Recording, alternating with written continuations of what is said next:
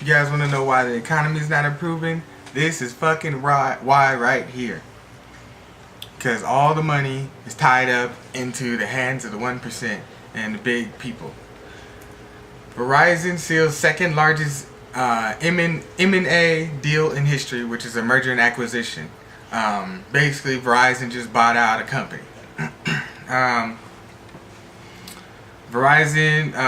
Vodafone is to sell 45% stake in Verizon Wireless to Verizon for 130 billion in cash and stock. So basically, it sounds like Vodafone is selling back, is doing a stock buyback or a stock sellback to Verizon, or Verizon's doing a stock buyback from a fucking from a company for 130 billion. 130 billion. Ridiculous. As the Wall Street Journal reports, this is the second largest ever behind another Vodafone deal, which is funny. The 172 billion acquisition of Mansman AG in 1999, right before the dot-com bust. So it basically sounds like Vodafone bought a company right before the bust in 99, and today they're selling right before the next bust. The cash component, nearly twice the state budget of New Jersey. Damn! Nearly twice the state budget of New Jersey. Just the cash alone.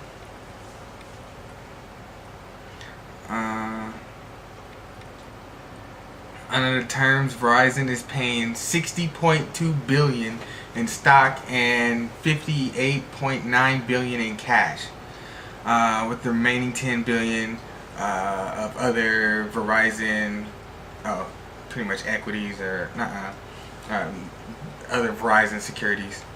The cash component, nearly twice the state budget of New Jersey, is by far the largest amount of cash ever deployed in an acquisition.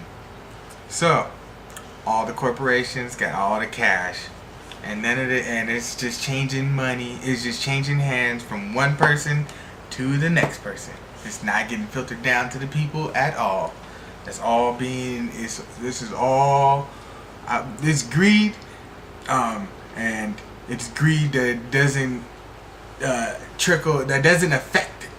And it doesn't trickle down. It doesn't uplift anybody. All it's doing is just making one person even more richer. Which is sad. And they talk about our economy is improving. Who's it improving for? Is it improving for the rich? What about the poor? I guess we just keep getting shitted on. No, let's cut corporate tax rates. They don't give a damn about an actual individual, a soul, a person, a life. Republicans, you guys don't care about lives now, do you? Cash component, nearly 12. Despite its scale, the deal is likely to have a negligible impact on Verizon's $100 million subscriber, and yeah, it's not basically saying it's not going to affect their regular business. Lining up the $60 billion in debt financing shouldn't be a problem for Verizon. I wonder why. $60 billion, they need to get loans, and these banks can't loan out money to small business guy? Come on. We need the small businessman that's where all the jobs get created, not in these big Verizon companies, these big multinationals. They're not gonna get any bigger. All they're doing is just mergers and acquisitions. That's it. They're not doing any actual capital building. Four financing banks: J.P. Chase, Morgan Stanley, Bank of America, and Barclays will provide the bridge loan until more permanent financing can be found over the next 12 to 18 months. Each bank will cover an equal portion of the loan. People familiar with the matter said around 20 billion to 30 billion could be later covered by bonds. The people said bonds can make up the biggest price of overall financing. Another of the people said. The bond scale. So basically, they're gonna take out a $60 billion loan, and they're gonna cover it with bonds. He's gonna print up some money. Fractional reserve banking. You can do that. You can just print up money that you don't have. So you can buy out a company. Be a shark. Big shark eat little shark. Big fish eat little fish. Yeah, that's all we got going on right now. We just got vampire capitalism.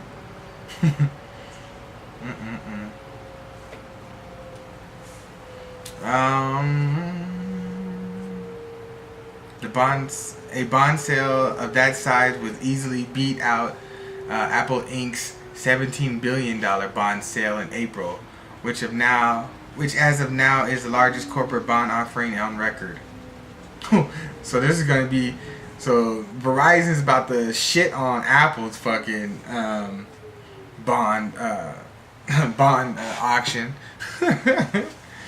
So all these paper printing auctions and stuff, all these securities, these paper printing securities, they just keep getting bigger and bigger and bigger and bigger as inflation keeps going up, and the government keeps lying about it with the CPI numbers. They take your steak out and put it in a hamburger. Nigga, I want fucking steak. I don't want to fucking eat hamburgers all the damn time. Stop fucking bullshitting me, alright? I like steak too, niggas.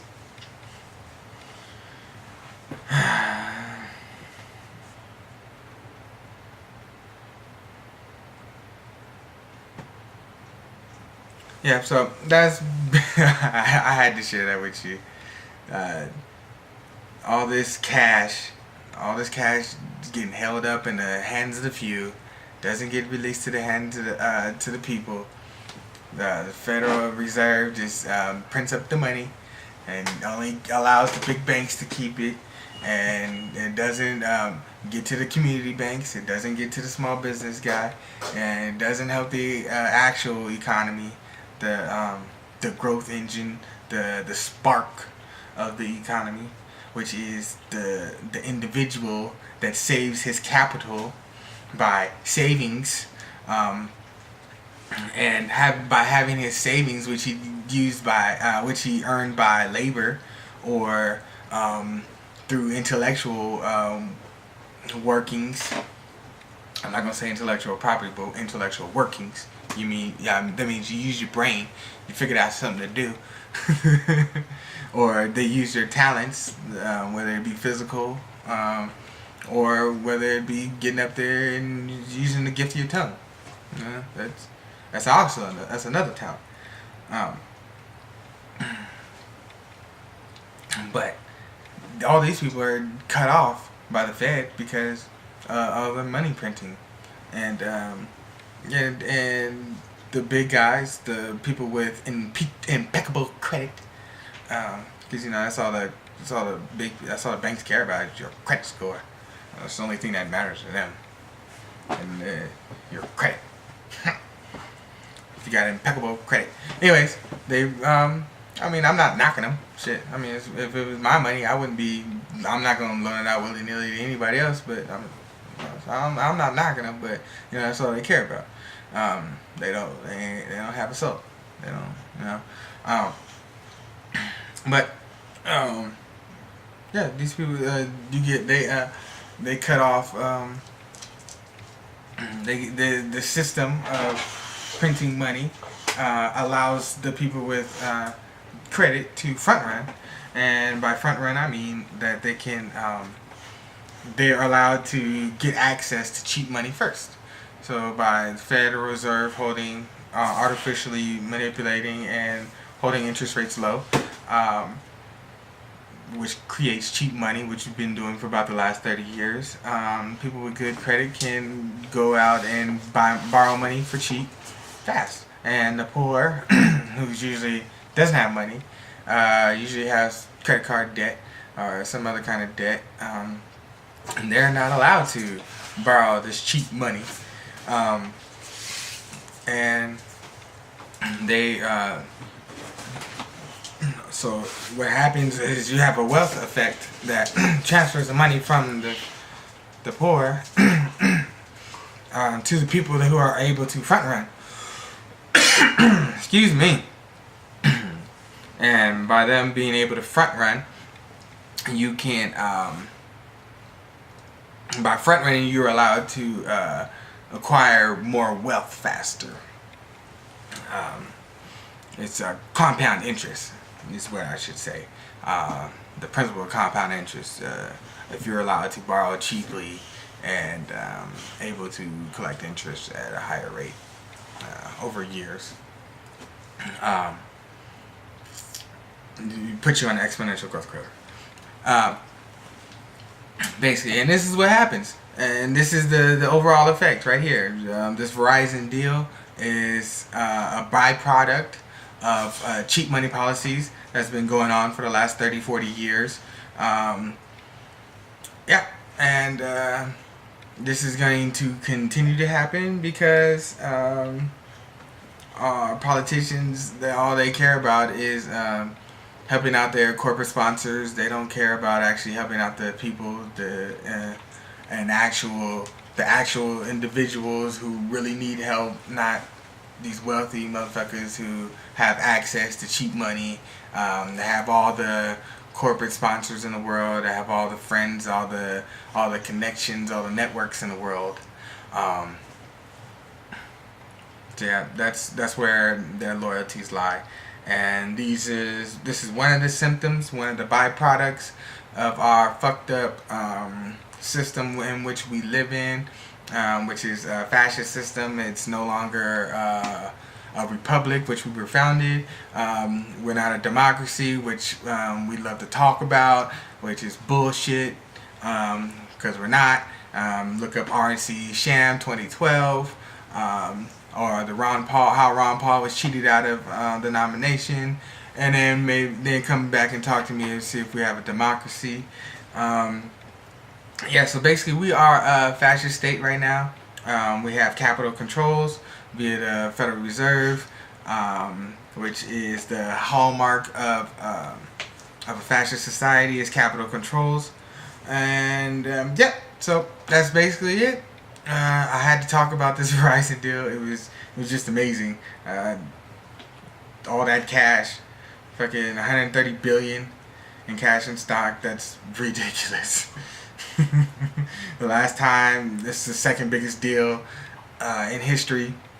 The last time there was a deal this big was in 1999, right before the dot-com bubble burst. And